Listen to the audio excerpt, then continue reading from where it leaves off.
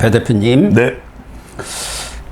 한동훈 국민의힘 대표가 지금 이 당직 인사도 거의 마무리돼서 예. 한동훈 친정체제를 구축을 했습니다.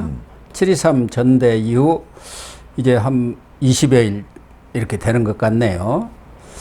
그런데 최근에 여론조사를 보면은 한동훈 대표 컨벤션 효과가 많이 사라졌는지 여론조사 공정위 12, 13일 날 조사한 거 보면은 대선 후보 선호도, 호감도 조사에서 이재명은 28.5, 한동훈은 19.8 이렇게 나왔어요. 그런데 한동훈 대표 경우 그 전에 7월 말에 조사한 29.5%에 비해서는 9.7%가 좀 빠졌습니다. 예. 많이 빠진 거죠. 그렇습니다. 그리고 미디어 토마토도 같은 12, 13일 날 조사한 거 보면은 이재명 43.9, 한동훈 26.1, 뭐 조국 6.5, 오세훈 6.0 뭐 이런 수로 나왔고, 예. 여론조사 공정에서는 김경수가 5.4%가 나왔다고 해서 또 언론에 각광을 좀 받았습니다. 예. 그런데 한동훈 대표의 이런 지지율이 예상보다는 이렇게 많이 빠지고 상승 효과를 가져오지 못한 이유가 어디에 있습니까? 가장 큰 이유는 기대했던 것에 대한 현상이 좀 안 나타난다. 이렇게 봐야 되겠죠. 그러니까 한동훈 대표에게 기대하는 것은 결과적으로는 변할 겁니다. 네. 근데 이 변화가 뭔가 가시적으로 나온 게 있느냐. 일단은 손에 잡히는, 네. 눈에 보이는, 네. 이게 뭔가가 없다. 이것이거든요. 그러니까 지난번에도 고 박사님께 말씀드렸습니다만 한동훈 대표는 앞으로의 6개월이 굉장히 중요합니다. 그렇죠. 대중들은요, 오래 못 기다리거든요. 그러니까 지금 전당대 7월달 끝났으니까 연말까지 한동훈표 변화가 뭐냐, 이걸 보여줘야 되는데 우리가 일단 첫 번째로 확인한 것은 윤석열 대통령은 별로 안 바뀐다. 그러니까 윤석열 대통령은 인사를 봐도 그렇고 또 최근에 김경수 전 지사 복권을 보더라도 윤석열 대통령의 국정 운영에 그동안 보여왔던 이른바 윤석열 스타일 있잖아요. 이건 안 변한다. 그럼 그걸 기대할 일은 아닌 것 같아요. 그러면 한동훈 대표가 그걸 이제 확인하는 시간이 된 것이고 이제부터는 한동훈 대표 한동훈표 브랜드 뭔가가 나와야 되는데 아직까지 못 나왔거든요. 그러니까 지금 워낙 이제 한 달도 안 됐으니까요. 그렇죠. 시간이 얼마 안 됐지만 그렇지만 이제 막 여론조사 기관들은 막 또 언론사들은 조급한 겁니다. 조급하죠. 그러면서 막 또 김경수 전 지사가 다시 등장하니까 호들갑을 떨면서 봐라, 뭐 컨벤션 효과도 사라졌고 윤한 갈등도 지속됐고 김경수 전 지사까지 등장하니까 한동훈 대표가 뭘 잘하는 거냐 이렇게 얘기를 하고 있는데 중요한 것은 고 박사님 말씀하신 대로 지금부터입니다. 지금부터 이제 9월달, 10월달 그러니까 8월 말 9월 정도까지는 추석까지는 허니문 기간이에요. 그러니까 이제 한동훈 대표가 뭐 이 시간 동안에 뭘 할 수가 있겠냐. 근데 우리가 중요한 분기점으로 삼는 게 이제 명절입니다. 그렇죠.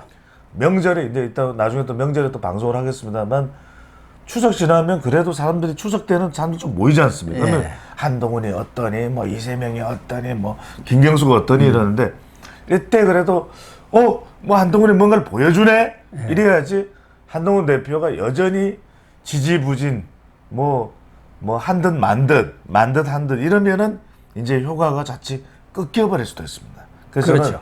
적어도 추석 명절 전까지는 에너지를 준비를 해서 뭘 꺼내 놓느냐가 지금 한동훈 대표로서는 매우 중요하다. 지금 성적표가 아닙니다.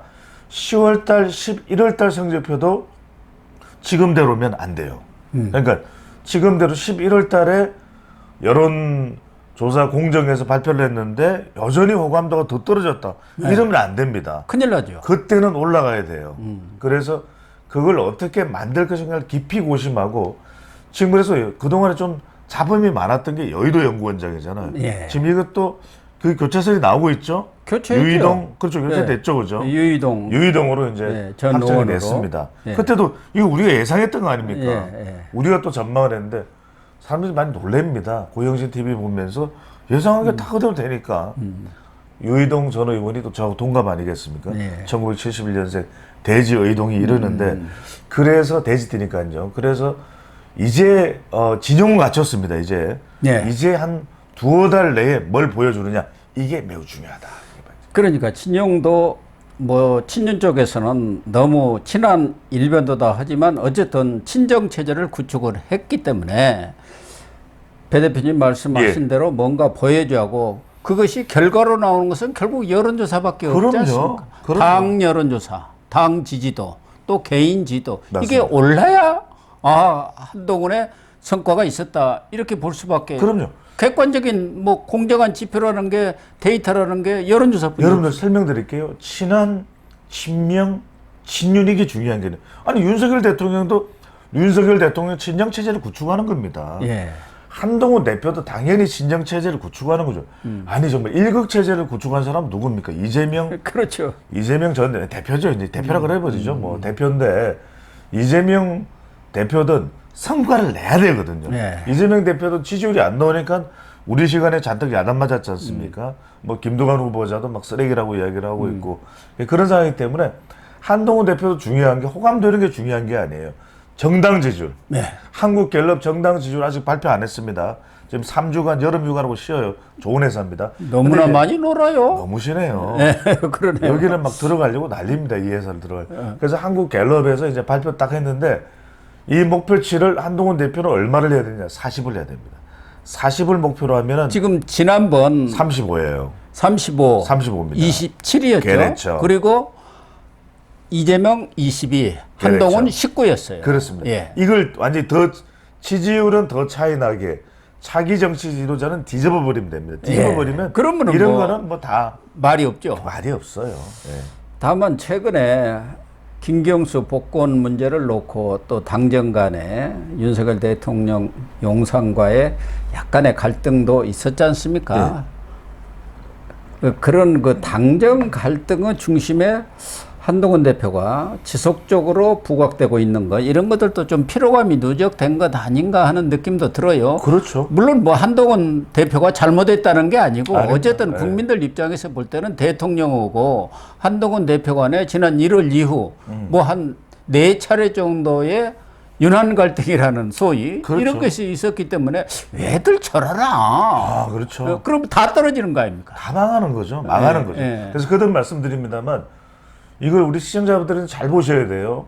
대통령은 안 바뀝니다. 그러니까 윤석열 대통령은 정점식 의원 지역구로 가버립니다. 가서 장혜원 뭐 힘들었지 그러면서 위로를 해주는 겁니다. 그리고 뭐 본인의 뭐 동문 이렇게 해서 다 임명하고 김형석 독립기념관장 임명하잖아요. 그래서 이건 안 바뀝니다. 그러니까 이걸 가지고 뭔가 실랑이를 벌여봐야 한동훈 대표가 얻을 건 없어요. 그러면 야권에서는 막 공개하지 그것도 못하면서 뭐 대표가 왜 그래요 그런데 그런 거 신경 쓸 필요 없습니다. 한동훈 대표는 한동훈 대표의 길을 가야 돼요. 예. 그리고 평가는 뭐냐 11월 말 12월 달에 평가를 잘 받아야 됩니다. 그 평가만 생각하고 본인이 가야 될 길을 정말 하늘에서 날벼락이 쳐도 뚜벅 걸어가야 되는 거죠. 그래서 한동훈 대표 측에서도 이러한 지지율에 민감하게 지금 반응을 하는 것 같아요. 그렇습니다. 네. 그래서 이걸 돌파할 수 있는 방법이 뭐냐? 예. 사실은 한동훈 대표가 당 대표가 되면서 정책 주도권을 잡았어요. 금투세, 종부세 그럼요. 예. 해가지고 금투세 토론할 사람 누구든 나와라. 그럼요. 김어준까지 나와라. 그럼요. 이렇게 했는데 김경수 이 복권 논란을 빚으면서 그게 싹 가라앉았는데 그래서 한동훈 대표 측에서도 정쟁적인 사안을 가지고 민주당하고 붙어봤자 이건 100점 100패다. 그렇습니다. 그러니까 어떤 정책적인 비전이라든가 맞습니다. 민생, 맞습니다. 먹고 사는 문제 예. 여기에 주도권을 잡아야겠다. 그런 생각을 하고 있는 것 같아요. 그렇습니다. 대표적인 게요. 우리 시간에 이렇게 아이디어를 많이 줘. 저는 돈 안 받고 우리가 뭐 하는지 모르겠어요. 지금 금융투자소득세도 좋습니다만 또 하나 중요한 게 지금 대학을 나와도 그 등록금을 내고 어렵게 정말 대출까지 받아서 대학 나와도 취업할 데가 없습니다. 지금 한동훈 대표가 목표로 내걸 수 있는 거 취업 상생 전략 할 수 있습니다. 기업들이 고용을 많이 늘리고 미국도 지금 고용을 못 늘려서 미국발 블랙 먼데이, 블랙 프라이데이가 온 거거든요. 예. 그러면 우리는 기업들한테 당신들의 취업을 마음껏 한번 좀 채용 고용을 해라. 그러면 우리도 기업 규제 풀어주고 얼마나 좋은 전략입니까? 예. 저는 이거 한동훈 대표가 하면 됩니다. 신성장 동력, 기업들이 새로운 성장 동력을 만드는데 하면 규제 다 풀어주겠다. 예. 대신에 당신들 고용하고 채용해라. 그러면 고용 채용 인센티브 제도를 해서 정부는 세제 혜택, 법인세이나 당신들이 노력하는 것만큼 우리 화끈하게 주겠다. 그럼 야당이 반대할 수 있습니까? 그렇죠. 2030 세대의 목숨이 걸려있는, 그 다음에 여성들요, 경력 단절, 하나도 손해 안 보게 이 한동훈이가 법적 제도 완전히 완비해 주겠습니다. 제가 지금 우리 고 박사님하고 제가 아이디어 다 줍니다. 네. 이거 하면요, 여성표 다 옵니다. MZ세대표 다 옵니다. 한동훈 대표도 측근들한테 이 산뜻한 민생 정책 발굴을 철저히 그럼요. 많이 해라 이렇게 그렇습니다. 강조를 한다는데 우리 배 대표님 얘기를 좀 들으면은 그렇습니다. 이 아이디어가 그냥 샘솟듯이 그렇죠. 나오는데 그리고 막 사람들이 서울에 많이 몰린다고 지금 난리지 않습니까? 네. 부동산도 서울이 난립니다. 지금 충청권 얼마든지 개발할 수 있거든요. 자, 충청권에 대전에다가 만나 그럽니다. 우리 대전에는 뭐 해주요 이러는데 거기다 대고 지난번에 말씀드렸지 않습니까?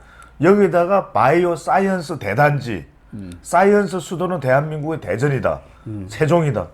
끝장이 납니다. 그래서 거기다가 지금 빈 아파트도 많거든요. 예.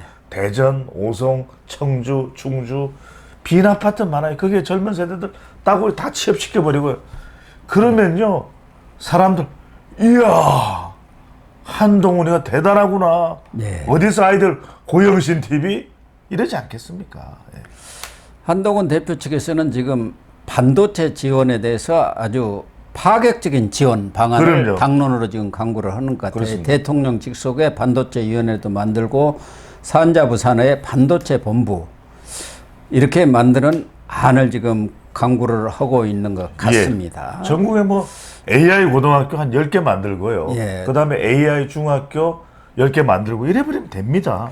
예. 또 하나는 우리 국민들이 지금 피부로 느끼고 있는 것이 의정 갈등에 따른 의료 대란입니다. 그렇습니다. 실질적으로 더 심각한 상황이 지금 벌어지고 그렇죠. 있어요. 아무런 대안도 없이 지금 뭐 아프면 큰일 난다고 다들 이렇게 얘기해요. 난립니다. 난립니다. 이런 부분에 있어서도 한동훈 대표가 팔을 좀 걷어붙이고 나서야 할 것 같아요. 그럼요. 의정 갈등 문제. 그래서 바로 의료계와도 대화를 하고 맞습니다. 임요한 최고위원 앞장 세워서 예. 대화를 해가지고 거기서 뭔가 해결 방안을 마련해내면 아마 지지율이 팍 뛸 겁니다. 또 보수들이 결집할 거예요. 맞습니다. 제가 말씀드릴게요. 의료계는 대체적으로 보수입니다. 지난 예. 총선에서도 정말 보수 성향이 강한 의료계를 그렇게 해버리니까 더 쑤셔놨지 않습니까? 떨어져 나가버렸죠. 그런데 지금 이미 8월입니다. 내년 입시를 건드릴 수는 없습니다. 예. 더 큰 혼란이 합니다. 그러면 한동훈 대표가 이야기합니다. 2025학년도는 어쩔 수 없지만 2026년도는 제가요 목숨을 걸고 의료계와 협력해서 의대 정원 확정합니다. 게임 끝나는 겁니다. 예. 끝나는 겁니다. 예. 그리고 이런 기본 수가라든가 이런 예. 것들도 과감하게 조정을 그럼요. 해줘야 합니다. 그럼요. 이 눈꺼풀 수술하는 것도고 뇌동맥류 그 험한 거 수술하는 거 가격이 같다는 거 아닙니까? 아니, 말도 안 되는 예. 이야기죠. 그래서요. 지금 왜냐하면 아프지도 않은데 360일 병원 가는 사람도 있습니다. 아파서 미치겠는데 병원 안 갔는데 실상 어쩌다가 없는 사람들은 그냥 병원에서 아주 들어 누워 있어요. 어마어마하게 과하 진료를 해요. 누워 있어요. 예, 예. 그런데 고 박사님 말씀대로 이런 의료수가 체계 지금 의료특별기획위원회가 있지 않습니까? 예. 정말 제대로 된 전문가들을 더 보완하십시오. 그래서 야당도 참여해라. 한동훈 대표가 더 제안을 하는 거죠. 야당이 오시라. 그러면 야당과의 협의하에 결정을 하겠다. 게임이 끝나는 겁니다. 그러면. 예. 그렇습니다. 그래서 한동훈 대표 측에서도 방향은 잘 잡은 것 같아요. 정쟁적인 사안보다는 민생과 관련된 그럼요. 정책 주도권, 아이디어. 예. 예, 정책 이슈를 잡고 나가겠다. 그렇게 되면 국민들도 박수를 치는 거 아닙니까? 맞습니다. 국민들 입장에서는 지금 정치권에서 싸우고 있는 문제에 대해서는 다 관심이 없어요. 아유, 어? 쓰레기. 왜 그렇게 싸우느냐? 예. 건국절이면 뭐고? 김두관 후보자가 이야기했잖아요. 예. 자기 입으로 쓰레기라고. 쓰레기 되지 맙시다. 예. 그런 점에 한동훈 대표가 지금 다소 지지율의 정체 현상을 보이고 있는데 예. 올바른 이런 정책 비전을 그럼요. 제시하고 그렇습니다. 당도 새롭게 좀 혁신하는 그런 네. 모습을 보인다 한다면은 아마 6개월 이내에 회사에 들어가도 그렇고 우리 기자들을 그럼요. 해도 6개월은 수습 기간입니다. 집권 여당. 네, 집권 이 여당. 수습 기간에 잘 해야 그럼요. 그 다음에 딱 이 성과가 나옵니다. 그리고요. 네. 정당 지지율 40% 정도 올리면은 이제는요. 대통령실도 대통령 국정도 영향받을 수밖에 없거든요. 네. 그러면은 오히려 더 한동훈 대표가 키를 잡고 갈 수가 있습니다. 한동훈 대표가 그거 잊어버리면 한동훈 대표도 망해요. 거듭 말씀드립니다.